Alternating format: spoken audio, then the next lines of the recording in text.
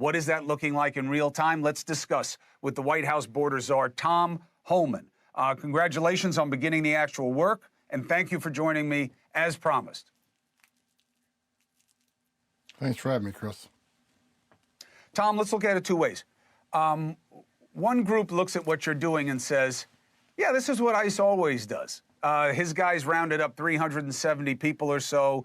During the Biden administration, they rounded up 300-something a day. This isn't really that different. How is it different?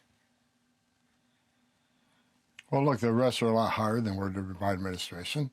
And we're out there. We just started this nationwide operation. And right now, in the first couple of days, we're at over 3,000 criminals arrested. And that's a significant impact on public safety.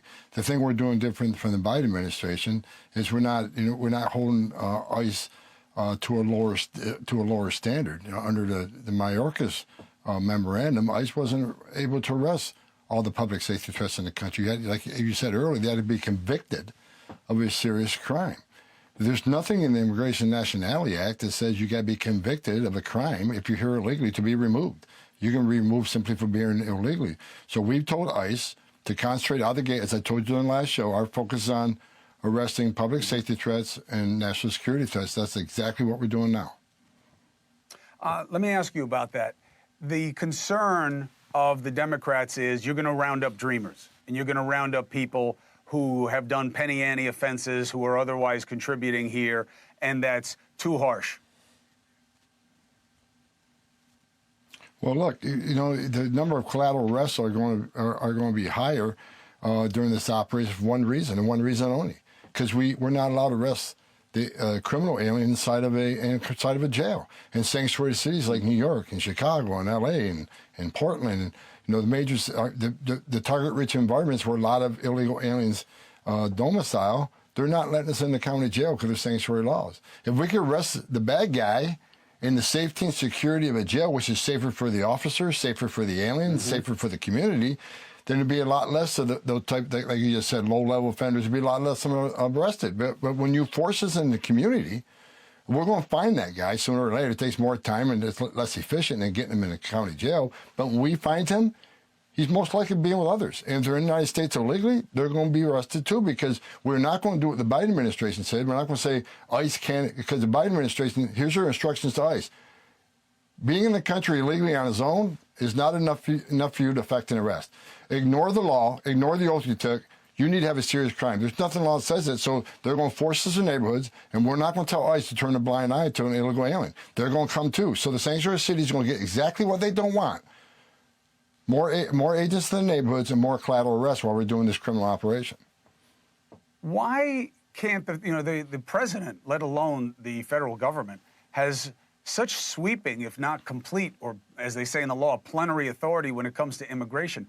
Why are states and municipalities able to keep federal agents out in so-called sanctuary cities? Well, look, they'll be taking the court real soon. They've already been warned that federal law overrides any local jurisdiction law. So this is going to be played out in the courts because, they got to understand. I said, I don't know if I said it in your last show or not. I'm amazed every day when I wake up that there's an elected mayor or elected governor or elected city councilman that doesn't want public safety threats removed from their community. They should be working hand in hand with them.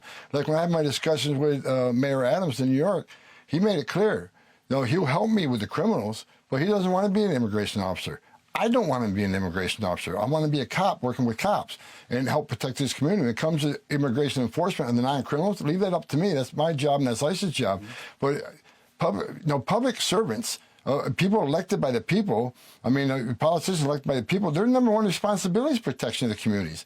So I don't understand, why not let us in tax-funded jail to arrest the bad guy that you already decided to lock him in a jail cell for obvious reasons? Well, when you're done with him, give him to us, rather than release them back into the community, because where's he going to reoffend? In the very community he lives, the immigrant community. So it puts the immigrant community at greater risk of crime. And I swear to you, if anybody went to an immigrant community and had a town hall and asked them a simple question, would you rather have ICE operating in your community or the jail? They'd all say jail, because immigrant communities, even though they're here illegally, after they get here, they're God-fearing family people. They don't want a predator in their neighborhoods either. So let's work together and get the criminals in the safety and security of the jail. It makes sense. Hey, thanks for watching. Go to joinnn.com to find NewsNation on your screen. And don't forget, click the red subscribe button below to get more of NewsNation's fact-driven, unbiased coverage.